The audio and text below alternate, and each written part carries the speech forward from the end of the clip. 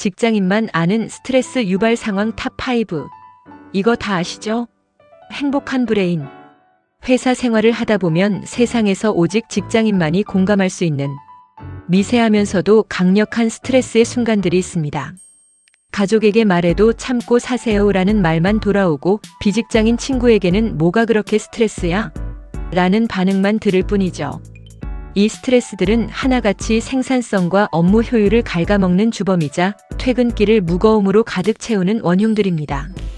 오늘은 그런 직장인이라면 누구라도 고개를 절레절레 흔들며 공감할 직장인만 아는 스트레스 유발 상황 탑5를 집중 조명해 보겠습니다. 각 상황별로 그 스트레스의 본질을 파헤치고 현실에서 적용 가능한 작은 해소 팁까지 함께 소개합니다. 여러분의 공감 지수가 최고조에 달할 준비 되셨나요? 1. 퇴근 5분 전에 들어오는 잡무. 시간을 훔치는 도둑. 일 상황 재현. 오늘 피곤했지만 그래도 무사히 퇴근할 수 있겠다. 라는 희망에 부풀어 정리까지 마친 오후 6시 25분. 그때 들리는 한마디. 잠깐만요, 땡땡님. 혹은 띵동 하고 올라가는 메신저. 내용은 자료 좀 추가해주세요. 간단한 거 있는데요. 아, 그건 제가 잘 몰라서요. 이 스트레스의 본질. 희망 박탈감. 하루 일과의 최고이자 유일한 보상인 퇴근이 눈앞에서 사라지는 절망감은 이루 말할 수 없습니다. 이는 단순한 업무 연장이 아니라 심리적 보상 체계에 내리치는 강력한 한방과 같습니다. 무계획성과 무례함에 대한 분노.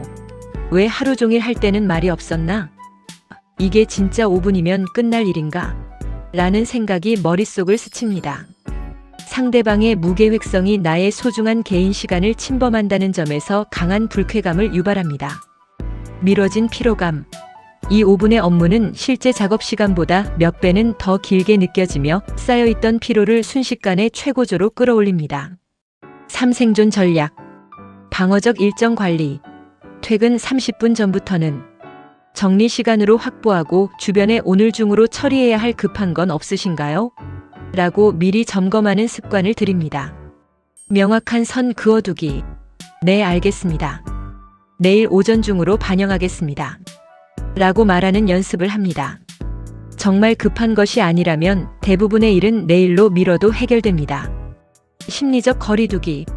이 상황 자체를 직장 생활에 불가피한 리스크 중 하나로 받아들이는 마음가짐이 필요합니다. 화를 내면 내 스트레스만 가중됩니다. 아, 또 오네. 예상했었지. 라고 담담하게 받아들이는 연습이 중요합니다. 2. 끝나지 않는 회의, 특히 집중만 방해하는 회의. 생산성의 적. 일 상황 재현.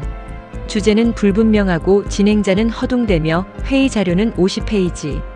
10분이면 끝날 결론을 2시간째 끌고 가며 옆자리 동료의 사적인 이야기나 과시를 위한 발언이 난무합니다. 정작 결정된 것은 없고 다음 회의에서 더 논의해보자로 끝납니다. 이 스트레스의 본질. 시간 낭비에 대한 죄책감. 이 시간에 내 일을 했으면 얼마나 많이 했을까? 라는 생각이 꼬리를 물며 자신의 일에 대한 책임감이 있는 직장인일수록 이 스트레스는 커집니다. 무력감. 회의 문화 자체를 혼자서 바꾸기 어렵다는 사실이 무기력함을 낳습니다. 소중한 인생의 시간이 이런 식으로 낭비되고 있다는 사실에 대한 깊은 절망감이 듭니다. 에너지 고갈. 의미 없는 대화와 집중력 저하에 시달리면 에너지만 쏙 빠져나가고 실제 업무를 처리할 힘이 남아나지 않습니다. 3. 생존 전략. 적극적 참여자 되기. 그럼 오늘 회의의 최종 목표가 A안과 B안 중 결정하는 게 맞을까요? 결정 사항을 정리해 드릴까요? 등 목적의식 있는 발언으로 회의를 원래 궤도로 되돌리려 노력합니다. 시간 경고하기. 다음 약속이 있어서 정각에는 나가야 할 것 같습니다. 라고 미리 알리거나 회의 시작 시 1시간으로 끝내는 걸 목표로 해보는 게 어떨까요? 라고 제안합니다. 스스로의 다짐. 내가 진행하는 회의는 절대 이렇게 하지 않겠다. 라고 다짐하며 자신의 회의 운영 능력을 키우는 데 집중합니다. 3. 책임지기 싫어하는 상사 동료의 님탓 문화. 정신적 소모전. 일 상황 재현. 무슨 문제가 생겼을 때 땡땡님이 그렇게 했잖아요. 제가 한 말 아닌데요. 저는 몰랐습니다. 라는 식으로 책임을 떠넘기는 사람들. 특히 결정권을 가진 상사가 이러면 답이 없습니다. 자네가 알아서 잘했어야지. 라는 말로 모든 책임을 전가합니다. 이 스트레스의 본질. 불공평함과 배신감. 내가 열심히 일했음에도 타인의 실수나 구조적 문제로 인해 내가 욕을 먹거나 책임을 져야 하는 상황은 극심한 스트레스를 유발합니다. 심리적 불안정. 누가 언제 나를 뒤통수 칠지 모른다는 불신과 불안감이 팀 내에 스멀스멀 퍼지게 됩니다. 이는 근무 환경 자체를 스트레스의 온상으로 만듭니다. 성장의 한계. 실수를 통해 배우고 성장할 기회가 봉쇄됩니다. 모든 에너지가 잘못을 들키지 않기 위한 방어에 쏟아지기 때문입니다. 3생존 전략. CYA 전략. 모든 업무 지시와 보고, 협의 사항을 메일이나 메신저로 기록으로 남기는 습관이 최고의 방어 수단입니다. 지난번 땡땡 회의 때 말씀하신 대로 진행했습니다. 라며 기록을 제시하면 말이 달라집니다. 객관적 데이터 제시. 당신 탓이다와 아니다의 감정적 대립을 피하고 문제는 A 부분에서 발생했고 당시 기록은 B입니다. 앞으로는 시절차를 도입하면 개선될 것 같습니다. 라고 객관적인 사실에 기반해 대화를 유도합니다. 공감 커뮤니티 형성. 믿을 수 있는 동료들과 이 상황을 공유하며 위로와 조언을 얻습니다. 나만 이런 게 아니구나라는 공감만으로도 스트레스가 크게 완화됩니다. 4. 갑작스런 업무 방향 전환 또는 기각. 노력의 무효화. 일 상황 재현. 몇 주 혹은 몇 달을 꼬박 들여 완성한 보고서나 기획안을 상사에게 제출했습니다. 상사는 30초 동안 훑어보더니 이건 아닌 것 같네. 방향을 완전히 바꿔서 다시 해주세요. 또는 결국 상부에서 발려났어. 의미 없었어. 라는 한마디를 던집니다. 그 과정에 대한 어떠한 피드백도 없이요. 이 스트레스의 본질. 노력의 무가치함.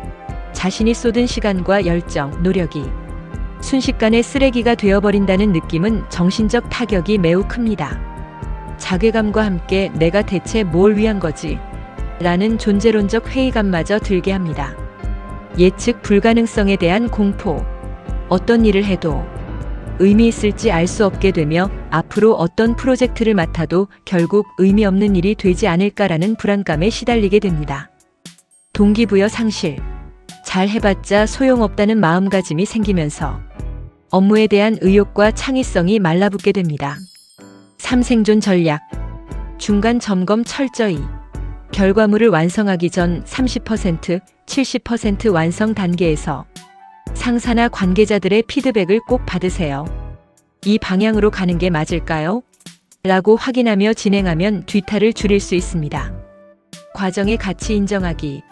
비록 결과물이 기각되더라도 그 과정에서 내가 습득한 지식과 스킬은 남는 것입니다.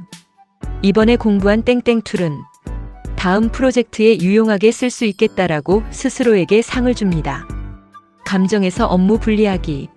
이건 내 작품에 대한 부정이 아니라 비즈니스 결정일 뿐이다. 라고 생각하는 훈련이 필요합니다. 상사의 결정을 개인적인 비판으로 받아들이지 마세요. 5. 쉬는 시간도 못 쉬게 하는 눈치 전쟁. 강제적 효율성. 일 상황 재현. 점심시간이 끝나고 잠시 커피 한 잔의 여유를 즐기려는 순간 자리는 꽉 차 있고 모두가 불이 나게 컴퓨터를 보고 있습니다. 상사는 자기 자리에 앉아 일하는 중입니다. 나만 커피를 마시며 여유를 부리면 무슨 눈치를 받을까 불안해 결국 자리로 돌아갑니다. 혹은 정시 퇴근을 하려는데 아무도 일어나지 않는 침묵의 압박. 이 스트레스의 본질. 자유의지의 상실. 쉬고 싶을 때 쉬고 일이 끝났을 때 퇴근하는 당연한 권리를 행사하지 못하게 하는 보이지 않는 압력은 개인의 주체성을 무너뜨립니다. 위선과 연극에 대한 피로. 보여주기 위한 일하기를 강요당하는 느낌이 들며 진정한 효율성보다는 오래 앉아있기가 평가의 기준이 되는 것 같아 허탈감이 듭니다. 회복 기회 상실. 적절한 휴식은 오히려 생산성을 높입니다. 하지만 이런 눈치 문화는 제대로 된 휴식마저 방해하여 업무 효율을 오히려 떨어뜨리고 번아웃으로까지 이어질 수 있습니다. 3생존 전략. 주체적인 루틴 만들기. 나는 오후 2시에 10분 동안은 반드시 커피를 마시며 멍을 때린다라는 나만의 루틴을 만들고 주변의 시선에 흔들리지 않고 실행합니다. 자신감 있는 행동은 오히려 눈치를 주지 않습니다. 성과 중심 마인드. 나는 내 일을 끝내고 퇴근한다라는 명확한 기준을 스스로 세우세요. 시간보다는 성과로 자신을 평가받도록 노력하고 그 사실을 주변에 어필하세요. 선도자 되기. 저 퇴근할게요. 여러분도 남은 일 마무리 잘하세요.